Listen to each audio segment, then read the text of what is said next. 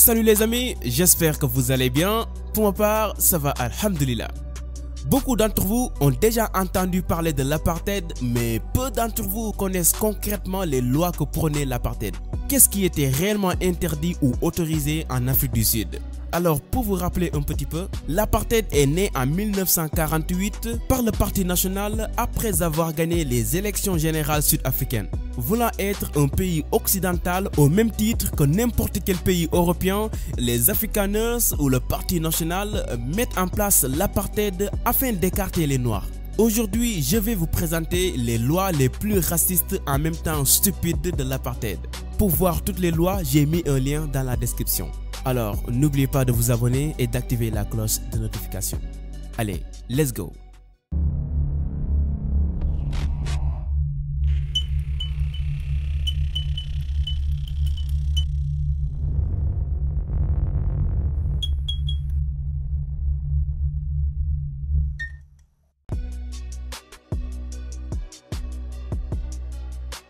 Comme son nom l'indique, dans cette loi, les lieux où la population sud-africaine devait résider étaient bien répartis, selon leur race. Les blancs étaient favorisés et les noirs, les métis, les asiatiques étaient strictement interdits de fréquenter les centres-villes ainsi que les quartiers les plus développés et les mieux équipés.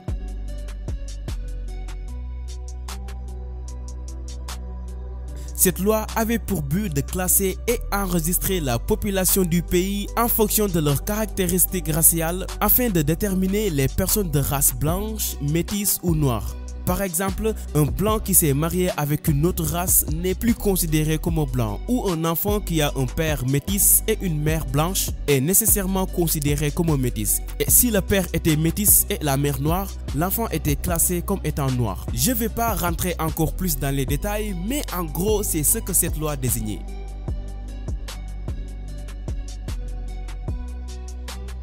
Et bien ici, les meilleurs locaux, les lieux paradisiaques, certains véhicules publics et les meilleurs services étaient exclusivement réservés aux blancs, tandis que celles destinées aux autres races étaient beaucoup plus inférieures. Seules les voies publiques et les rues ont été exclues de cette loi. Bon, j'ai pas besoin de beaucoup développer dans cette loi, vous l'avez compris, c'est explicite. Il était strictement interdit aux Européens ou les Blancs de se marier aux autres races sud-africaines. Sinon, on risque d'une arrestation et une peine de prison.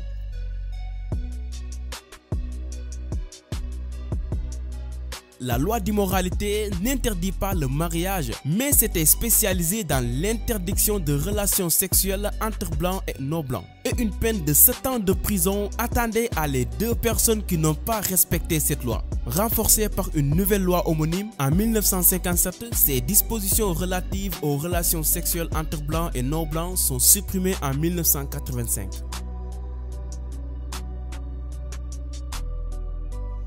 La Native Building Workers Act légalisait la formation de main-d'œuvre pour les Noirs dans le secteur de la construction, mais limitait les lieux où ils étaient autorisés à travailler en Afrique du Sud, comme dans les zones urbaines où l'on peut obtenir un bon salaire. Littéralement, cette loi avait pour but de donner autorité aux chefs tribaux traditionnels dans leurs terres ancestrales tribales en Afrique du Sud. Mais en réalité, c'est seulement une mise en place d'un système de gouvernement indirect dirigé par des chefs corrompus, parfois bien récompensés pour leur attitude à faire respecter la loi à leur peuple. Cette loi fut définitivement abolie en décembre 2010. Et oui, toutes les lois d'apartheid ne sont pas toutes supprimées en 1991.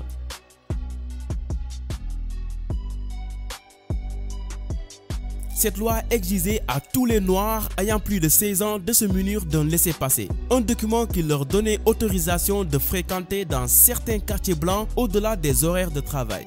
Le laissez-passer devait contenir leurs photos et des informations sur leur lieu d'origine, leurs antécédents professionnels, leurs impôts et leurs rencontres avec la police. Mais pour les Blancs, leur laissez-passer était seulement leur couleur de peau.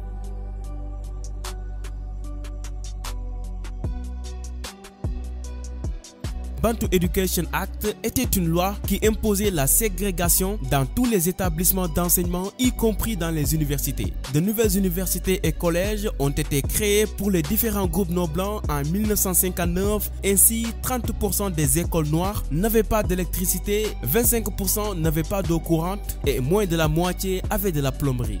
Mais les choses ont dégénéré en 1976 lorsque les autorités voulaient imposer dans cette loi l'afrikaans comme langue d'enseignement dans toutes les écoles locales, provoquant ce qu'on appelle émeute de Soweto, causant la mort de plus de 176 étudiants tués par la police. C'était vraiment inhumain.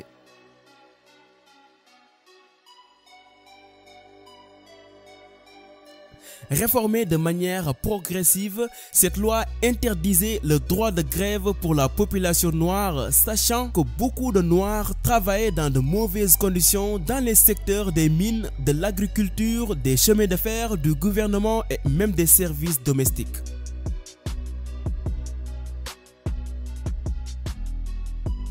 Cette loi visait à déplacer ou éloigner les Noirs vivant en toute zone déclarée blanche. Aussi simple que ça.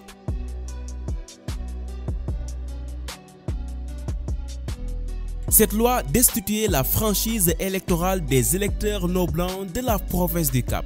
Au fait, elle visait tout simplement à supprimer les électeurs noirs des listes électorales communes, mais la loi a été plusieurs fois abrogée avant son abolition.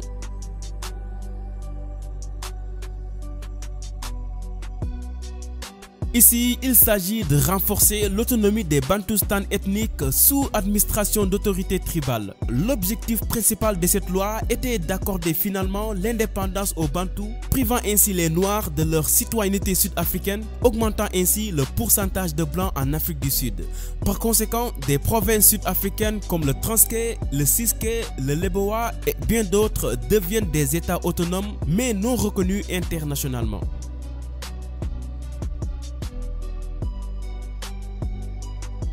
Cette loi visait à empêcher les personnes de groupes raciaux différents de collaborer les uns avec les autres dans un but politique, destiné concrètement à empêcher la constitution de partis politiques non raciaux ou interraciaux.